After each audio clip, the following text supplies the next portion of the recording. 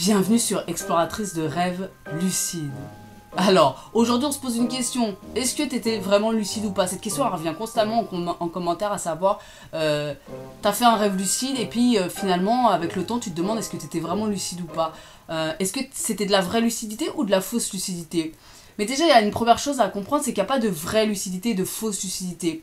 Il y a les rêves non lucides et il y a les rêves lucides, et entre ces deux extrêmes il y a une palette de couleurs de lucidité qui est juste énorme. Et en plus ça va dépendre des personnes. Ça va dépendre de est-ce que tu es observateur, est-ce que tu es actif, est-ce que tu es lucide dans le sens où ton raisonnement est le même qu'à l'état de veille, ou est-ce que tu es lucide dans le sens où tu sais que tu es dans un rêve mais pourtant ton raisonnement n'est pas le même qu'à l'état de veille. En fait il y a plein de variantes, c'est énorme le panel qu'il peut y avoir de lucidité. Il n'y a pas vraiment de degré 1 c'est ça, degré 2 c'est ça s'applique pas à tout le monde de toute façon. Là c'est que en t'observant, en observant ton mode onirique, en observant tes propres degrés de lucidité, que tu vas pouvoir tirer des conclusions. Mais comment savoir si c'était vraiment lucide ou pas? Mais tout simplement au réveil tu le sais.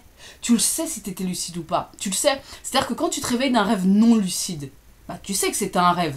Bah là c'est exactement la même chose. Quand tu te réveilles d'un rêve lucide, tu sais que t'étais lucide. Par contre, il se peut qu'avec le temps, tu commences à douter. Et ça c'est normal. J'en discutais en commentaire encore récemment. Tout comme un souvenir de ton enfance, qui peut-être va te paraître un peu flou, un peu s'effriter.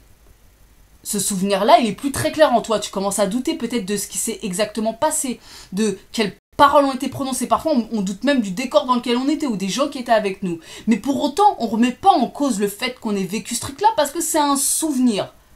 Et ben en fait, c'est pareil avec le rêve lucide. Parfois, avec le temps, vu que c'est quand même un rêve, c'est de la nature du rêve, il y a quelque chose d'impalpable un petit peu, bah forcément avec le temps, on peut commencer à douter, et vu qu'on n'est plus dedans et qu'on ressent plus le truc intensément, à se dire ah peut-être que finalement c'était qu'un rêve où je parlais de lucidité, où je me prenais pour quelqu'un de lucide, mais non, en fait faut pas se mettre à douter longtemps après, tu le sais à ton réveil si t'étais lucide. Et tout comme, pour reprendre l'exemple de la route, tu pars de chez toi, tu vas jusqu'à ton travail ou jusqu'à ton école, à pied ou en voiture. Et tout le chemin, tu as tellement l'habitude de le faire que tu n'en as plus conscience. Tu arrives devant les portes de ton école ou de ton travail, tu as repris conscience à ce moment-là, tu ne te souviens même pas d'avoir parcouru le chemin.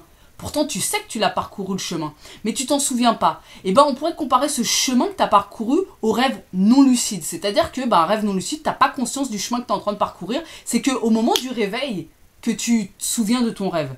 Et la lucidité, ce serait l'équivalent de, au moment où tu pars de chez toi, pour aller en direction de ton travail ou de ton école, tout le chemin, tu le parcours en conscience. C'est-à-dire que tu pars pas ailleurs dans ton imagination, t'es pas en état modifié de conscience, t'es pleine conscience. Tu regardes la route, tu regardes les gens autour de toi, tu regardes le chemin. Et tu sais que tu es en train de parcourir le chemin. Tu es conscient du chemin que tu parcours.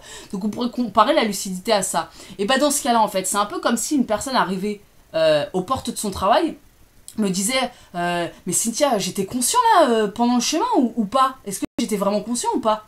Bah, tu le sais si t'étais conscient ou pas. Tu le sais si t'étais lucide ou pas quand t'as parcouru le chemin. Peut-être que pendant ce chemin, il y a des moments où t'es devenu conscient de ce qui se passait autour de toi.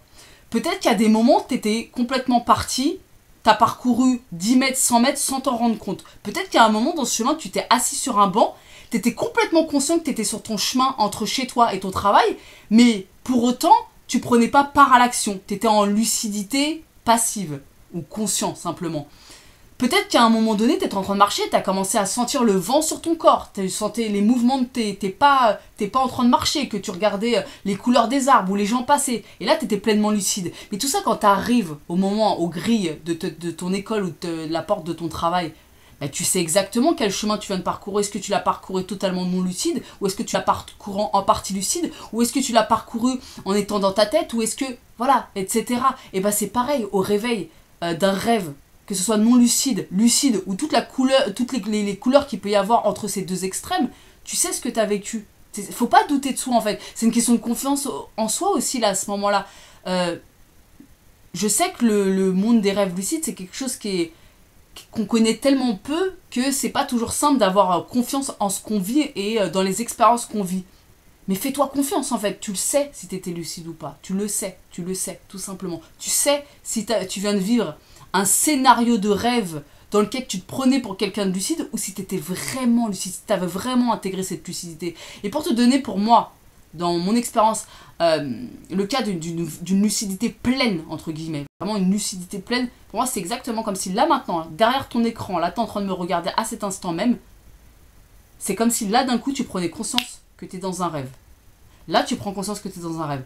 Pour moi ça, quand je suis dans un rêve lucide et que je suis aussi consciente que là, ce qu'il y a là maintenant autour de moi, que je ressens exactement ce que je suis en train de ressentir en regardant ce décor-là, que je me sens comme dans ma réalité ordinaire, là pour moi c'est la lucidité pleine. Mais en fait ça c'est pas, moi j'en fais pas tout le temps des rêves lucides comme ça m'arrive pas souvent même en fait. Je fais plein de rêves lucides mais avec des degrés, des variantes au niveau de la lucidité, enfin des niveaux de lucidité différents. Et toi c'est pareil pour toi en fait. Donc le rêve lucide que tu as fait hier soir, ça sera pas forcément le même que tu vas faire dans une semaine, ou je te parle pas au niveau de l'histoire, hein, je te parle au niveau de ce que tu vas ressentir.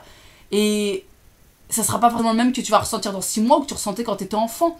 C'est chaque fois un peu, il y a des subtilités en fait. Et ça c'est en apprenant à te connaître évidemment et en te faisant confiance aussi que tu vas commencer à comprendre et connaître tout ça entre guillemets.